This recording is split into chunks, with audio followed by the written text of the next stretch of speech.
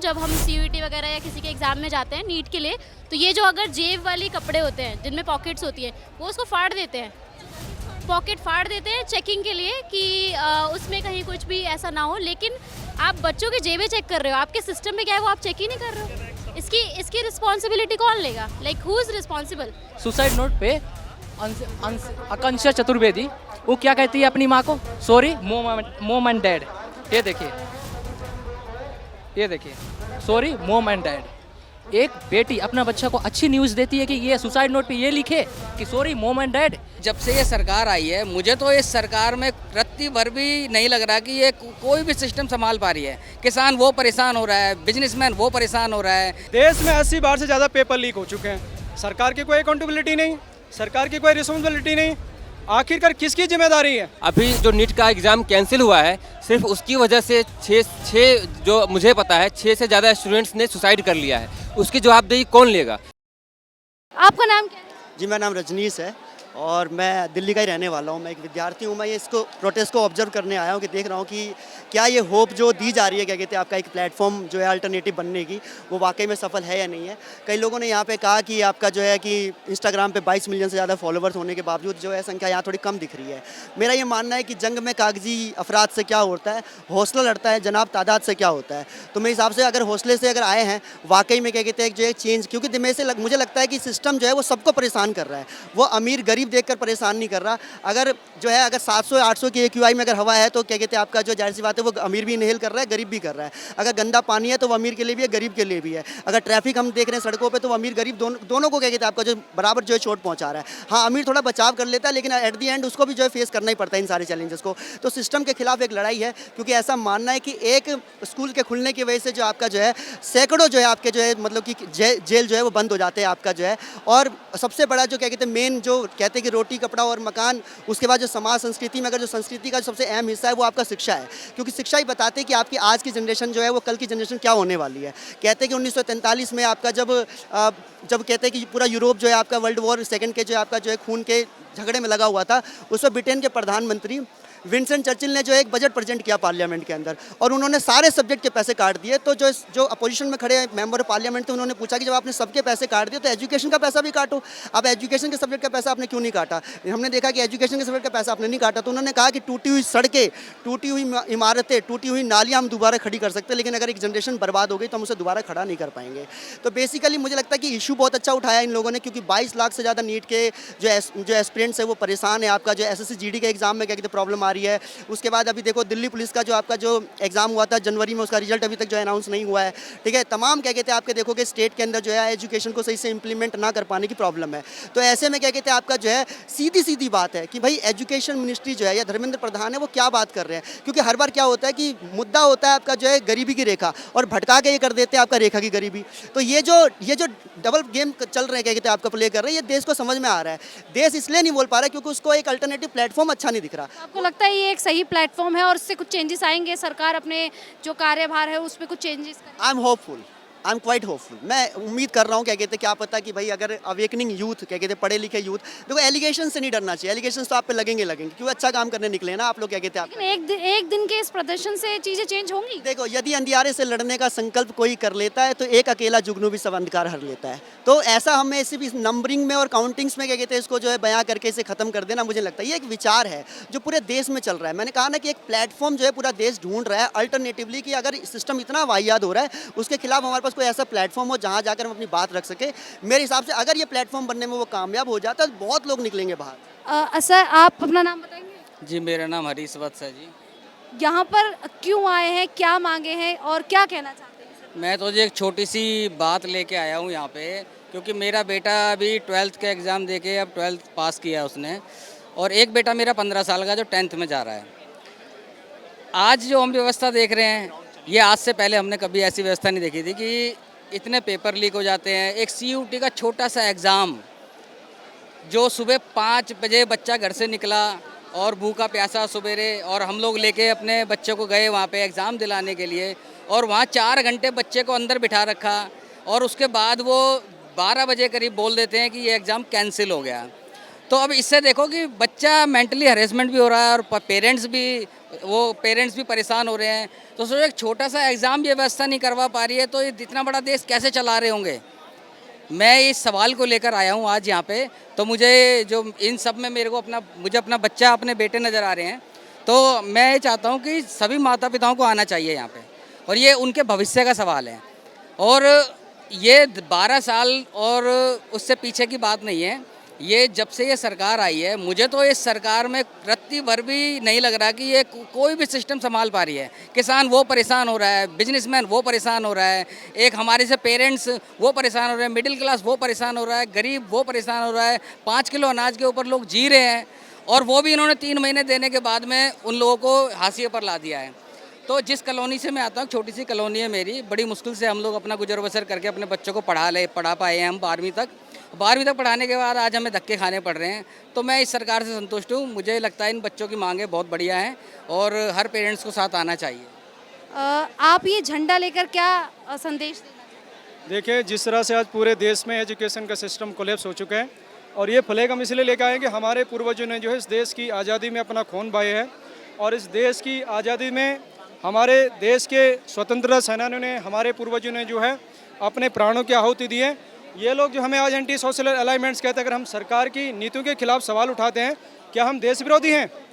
आप बताइए। अच्छा, यहाँ लोगों को सरकार के खिलाफ उतरना पड़ रहा है। क्या लग रहा है कि विपक्ष बहुत ज़्यादा कमज़ोर हो गया है? विपक्ष सरकार के जो मुद्दे हैं उनके खिलाफ बोल ही नहीं पा रहे हैं। देखिए, ओपोजिशन तो इस समय लग रहा है कि न्यूट्रल हो चुका है। वो उसमें है कि वो समझ रहे हैं कि कहीं ना कहीं जो है युवाओं की लहर से जो है कहीं ना कहीं इस देश में सिस्टम बदल सकता है। आने वाले समय में जितने भी ओपोजिशन पार्टी के, जितने भी पॉलिटिकल पार्टी के लीडर हैं, वो भी सड़कों पे उतरेंगे। और मुझे ऐसा नहीं लगता कि आज देश का युवा सड़कों पे, आने वाले समय में देश का युवा, किसान, जवान सब सड़कों पे होंगे। नेपाल जैसी कुछ स्थिति देखने को मिलेगी? देखिए भाई, नेपाल जैसी स्थिति कौन चाहता है? ये डेमोक्रेसी कंट्री है, ये कॉन्स्टिट्यूशन कंट्री है, किसी ने बनाई है। आज जो है लगातार युवा जो सड़कों पे आंदोलन कर रहे हैं, वो अपने भविष्य के लिए आंदोलन कर रहे हैं। देश में 80 बार से ज़्यादा पेपर लीक हो चुके हैं। सरकार की कोई अकाउंटेबिलिटी नहीं, सरकार की कोई रिस्पॉन्सिबिलिटी नहीं। आखिरकार किसकी जिम्मेदारी है? देश का युवा लगातार प्रयास कर रहा है, दिन रात मेहनत कर रहा है, अपने घर के गहने गिरवी तक रख रहा है, अपने ज़मीन तक लैंड परचेस कर रहा है, उसको बेच रहा है। लेकिन जब उसका ही इतनी सालों की मेहनत जब है, इसी प्रकार से पेपर लीक होते रहेंगे, तो इसी प्रकार से जो है प्रोटेस्ट चलता रहेगा। ये क्या लेकर बैठे हैं और क्या क्या लिखा है इसमें? क्या मांगे आपकी सरकार से? ये एक भगत सिंह जन अधिकार यात्रा करके एक हम पदयात्रा निकालते हैं।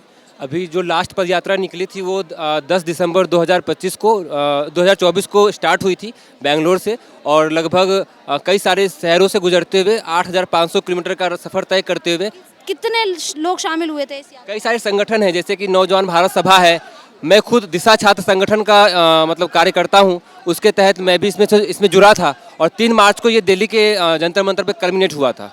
तो इसमें हम लोग वर्किंग क्लास पॉपुलेशन, स्टूडेंट की जो डिमांड्स हैं उसको हम लोग आर्टिकुलेट करते हुए हम लोगों ने अपनी बात रखी थी। आज आपको पता है कि चीज़ें क्या चल रही है। जो भी कन्विक्टेड क्रिमिनल से रेपिस्ट है वो तो बाहर आराम से घूम रहे हैं या पार्लियामेंट की शोभा बढ़ा रहे हैं, और जो आम छात्र हैं जो यहाँ पे अपनी चप्पलें घिस रहे हैं, कभी इस ऑफिस जा रहे हैं, कभी दूसरे ऑफिस जा रहे हैं, उनके साथ क्या चल रहा है। अभी जो नीट का एग्ज़ाम कैंसिल हुआ है, सिर्फ उसकी वजह से 6 जो मुझे पता है 6 से ज़्यादा स्टूडेंट्स ने सुसाइड कर लिया है। उसकी जवाबदेही कौन लेगा? जो ये स्टूडेंट जो है वो कल को किसी अच्छे जॉब में जाते, किसी अच्छे प्लेटफॉर्म पे होते, तो कुछ देश समाज के लिए, खुद के लिए कुछ कर रहे होते। इनका भी कुछ सपना था बेहतर डॉक्टर बनकर अपने समाज के लिए अच्छी चिकित्सा सुविधा उपलब्ध करवाना, लेकिन आज वो हमारे बीच नहीं है। तो उनके लिए और अपने खुद के लिए आज हम लोग इस जो कॉकरोच जनता पार्टी की तरफ से ये आया है। हालांकि हमें अभी नहीं पता ये कॉकरोच जनता पार्टी जो है वो क्या टर्न लेगी। तो हम लोग सिर्फ इनका जो वर्तमान डिमांड है कि धर्मेंद्र प्रधान, जो कि एक एफिशिएंट मिनिस्टर हैं, एजुकेशन मिनिस्टर हैं, जिनके रहते हुए पिछले 7 सालों की बात करें तो 70 से ज़्यादा नेशनल इंपॉर्टेंस के एग्ज़ाम्स लीक हो चुके हैं, कैंसिल हो चुके हैं। लोग 2000 किलोमीटर का सफ़र तय करके कहीं एग्ज़ाम सेंटर पहुंचते हैं, उनको पता चलता है कि उनका रोल नंबर वहाँ दिखाई नहीं दे रहा या एग्ज़ाम कैंसिल हो चुका है। तो स्टूडेंट काफ़ी फ्रस्ट्रेट हो चुका है। इसके अलावा नौकरी मिलने के बाद भी उनकी हालत बिल्कुल सही नहीं है। लोगों को 8 घंटे की जॉब बोल के किसी से 12 घंटे का काम लिया जा रहा है, कोई जवाबदेही कहीं पर नहीं है कंपनी के ऊपर। उनको इतने ख़राब वर्किंग कंडीशन में काम करवाया जा रहा है। तो इन सब बातों के लिए हम जो है सरकार से उनकी जवाबदेही मांगने के लिए यहाँ पे आए हैं। और ये जो दिशा छात्र संगठन की बात करूँ तो ये स्टूडेंट्स के बीच काम करता है, जो कैंपस में स्टूडेंट्स होते हैं और जो वर्किंग क्लास पॉपुलेशन होती है उनके बीच काम करता है। तो उसकी तरफ से हम ये पदयात्रा निकालते हैं और वो उसके बारे में बताने के लिए इसकी जो बेसिक डिमांड है कि एक भगत सिंह जन अधिकार यात्रा की एक बेसिक डिमांड यही है कि सबको रोजगार मिलना चाहिए, रोजगार हमारी मूलभूत आवश्यकता होनी चाहिए। आप बताइए कि राइट टू लाइफ हमें दे दिया गया है, लेकिन अगर हम 24-25 साल के युवा हैं, 30 साल के युवा हैं और हमारे पास एम्प्लॉयमेंट नहीं है तो ऐसी जीवन लाइफ का क्या फ़ायदा। समाज हमें गालियाँ दे रहा है, हमारा खुद का परिवार हमें गालियाँ दे रहा है।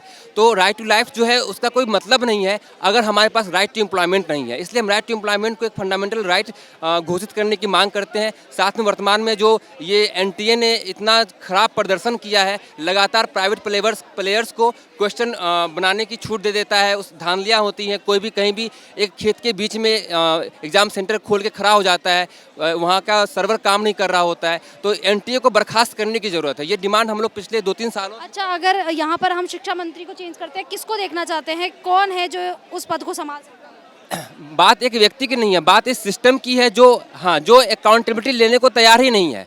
तो ये कोई भी व्यक्ति जाए लेकिन वो अकाउंटेबल हो। अगर वो जब तक अकाउंटेबिलिटी सुनिश्चित नहीं होती है तब तक सरकार के प्रति जो हमारा गुस्सा है वो जारी रहेगा और हम जो है अपना ये मूवमेंट जारी रखेंगे किसी न किसी फॉर्म में। आज हो सकता है कॉकरोच जनता पार्टी ने ये प्रोटेस्ट का कॉल दिया तो तमाम लोगों के साथ हम भी यहाँ पे आए हैं, कल किसी और तरीके से। और दिशा छात्र संगठन की तरफ से हम ये लगातार पहले भी करते आ रहे हैं, आगे भी करते रहेंगे। आंदोलन को सपोर्ट करने के लिए आए हैं जिसमें एजुकेशन मिनिस्टर का इस्तीफा मांगा जा रहा है, लेकिन एजुकेशन मिनिस्टर तो सिर्फ 100 मांगों में से एक मांग है। असल में तो हमारी पूरी सिस्टम और पूरी गवर्नमेंट ही करप्ट और टायरेनिकल और अनडेमोक्रेटिक हो चुकी है, जिसकी मांग तो असल तो ये है। अब इससे सारे संगठन जुड़ने चाहिए। हम आह्वान करते हैं आपके चैनल के माध्यम से किसी किसान संगठन, मजदूर संगठन और एनवायरमेंटल संगठन जो भी हैं सब इससे जुड़ें और सरकार से एक बड़े दबाव की मांग करें। पीसफुल हो ये आंदोलन, ये तो एक क्रांति की शुरुआत है आज तो सिर्फ, लेकिन जो क्रांति ये क्रांति अभी ख़त्म नहीं होने वाली, लंबी चलेगी, जिसमें सरकार को लोग जॉन लॉक की एक बात मैं कहना चाहूँगा अभी, पॉलिटिकल फिलोसफर जॉन लॉक की।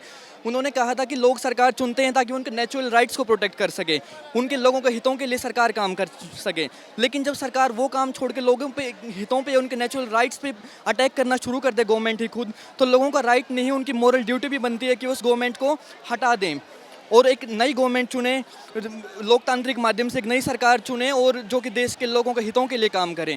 अब हम देखते हैं ना तो हमारा एनवायरनमेंट सुरक्षित है, हम कहीं भी देखें 2 कैपिटलिस्ट के लिए गवर्नमेंट सिर्फ काम कर रही है, जो कि अंबानी और अडानी।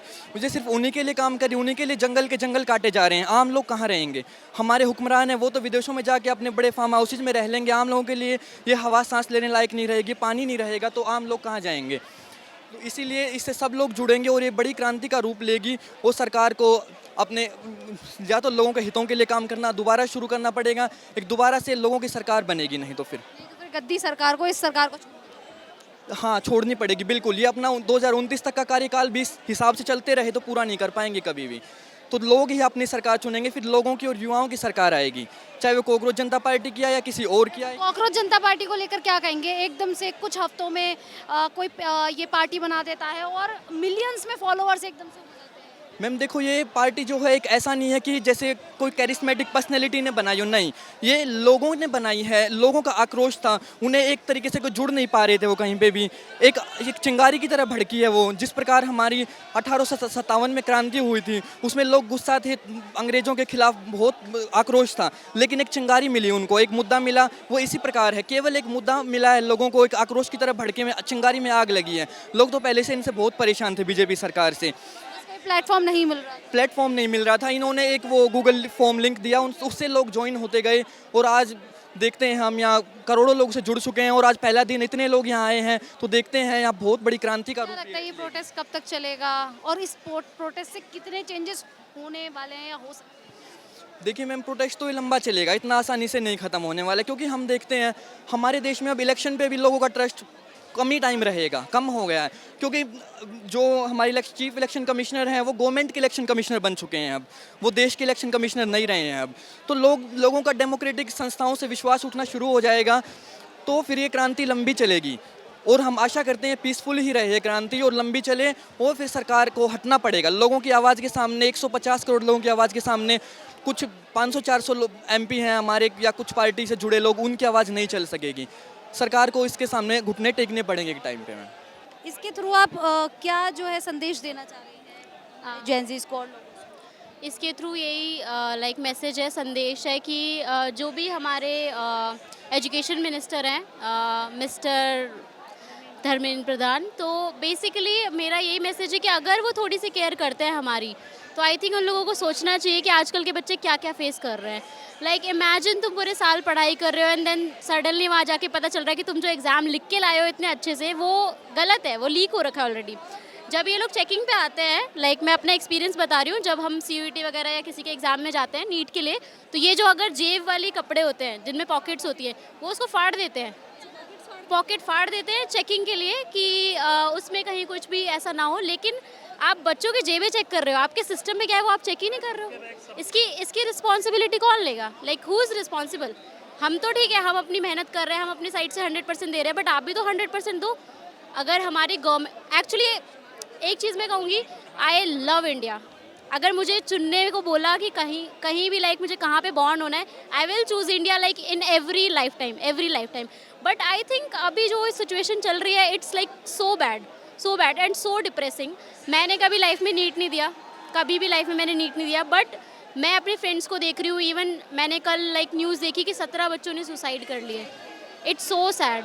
इसीलिए मैं आज मेरे पास बहुत काम था, actually I am home tutor.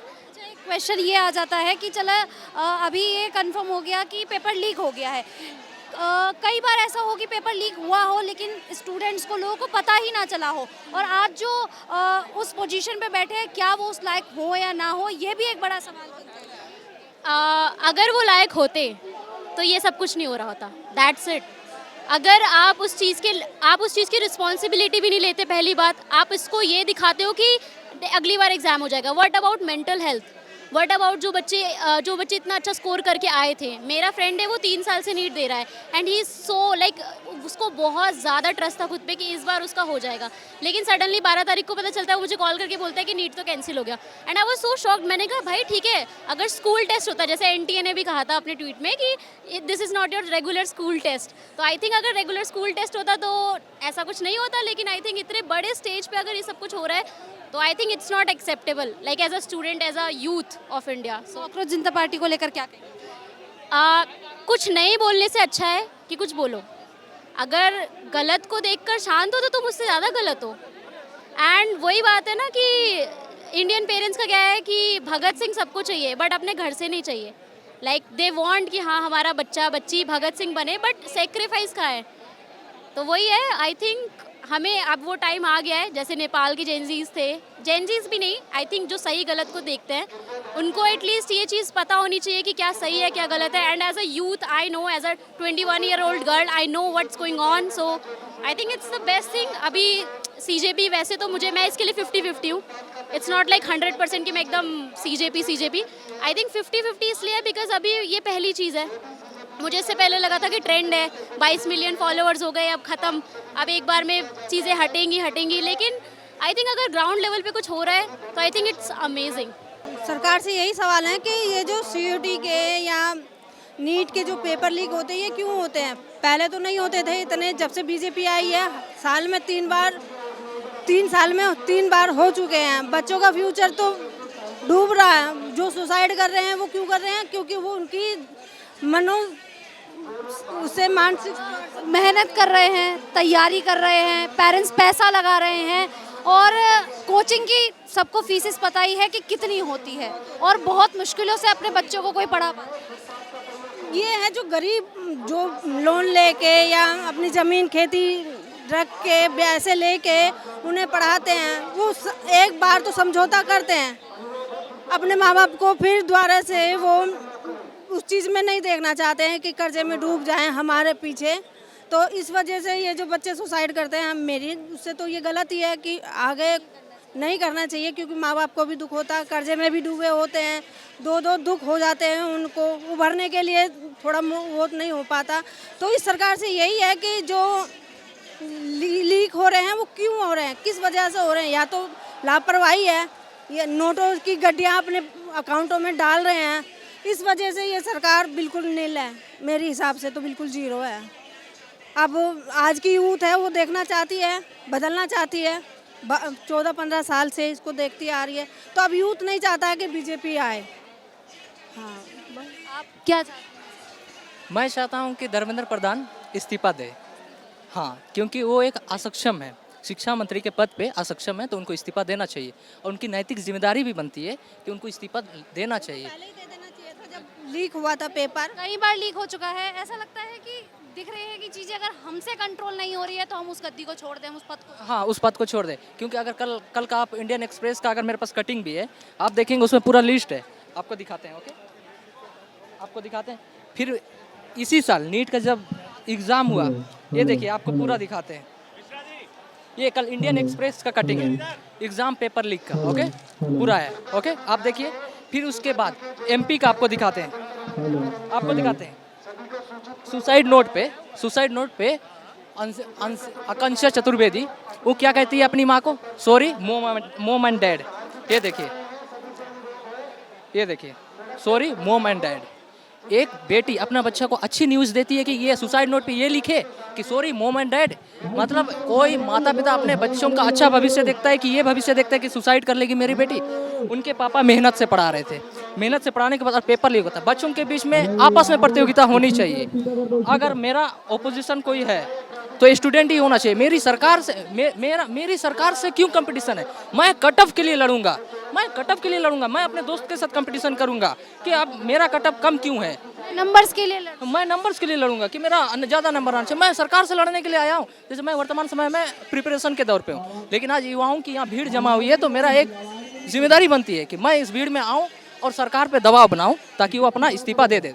तो मेरी मांग है, युवाओं की तरफ से भी मांग है कि उसको इस्तीफा दे देना चाहिए और नैतिक जिम्मेदारी के साथ, क्योंकि आज से पहले भी बहुत सारे ऐसे मंत्री हुए हैं जो अपने कार्य को अच्छे से नहीं करने की वजह से इस्तीफा दे चुके हैं। से दिया है? हाँ, खुद से दिए हैं, तो इनकी भी जिम्मेदारी है कि दे देना चाहिए।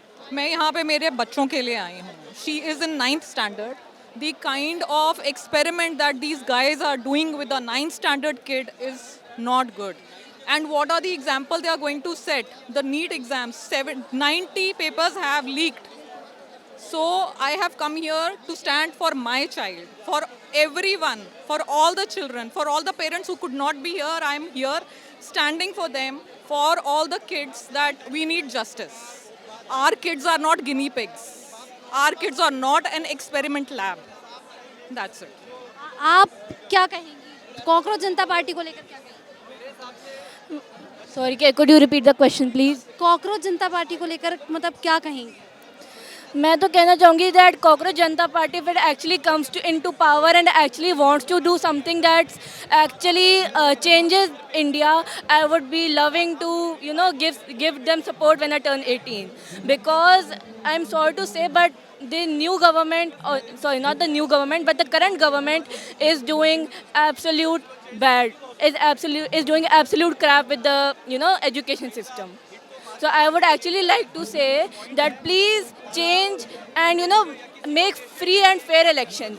We get in civics and political science we get taught that elections mean that everybody gets a free and fair chance. No, everybody is not getting a free and fair chance. The education system is rigged. The election system is rigged. Everything is rigged. I would actually like to say that either change the government or change yourself. Government change करने से चीज़ें ठीक होंगी? Sorry? Government change करने से चीज़ें ठीक होंगी? I am sure yes.